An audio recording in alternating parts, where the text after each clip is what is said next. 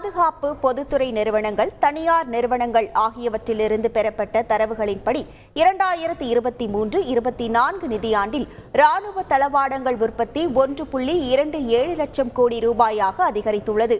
இது சென்ற நிதியாண்டை விட 16.7% அதிகமாகும்.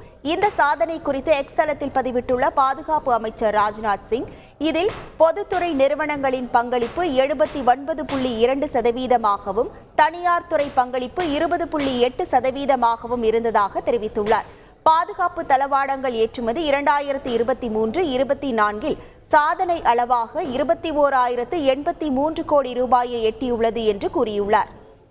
2023-24 பாதுகாப்புத்துறையின் உற்பத்தி 1.27 லட்சம் கோடியாக 16.8% அதிகரித்துள்ளதற்கு பிரதமர் மோடி பாராட்டு தெரிவித்துள்ளார்.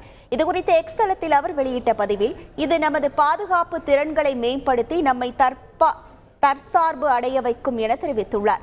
நமது திறன்களை மேலும் மேம்படுத்துவதற்காக இந்தியாவை ஒரு முன்னணி உலகளாவிய பாதுகாப்பு உற்பத்தி மையமாக நிலைநிறுத்துவதற்கும் ஆதரவான சூழலை வளர்ப்பதற்கு நாங்கள் முழுமையாக கடமைப்பட்டுள்ளதாக தெரிவித்துள்ளார்.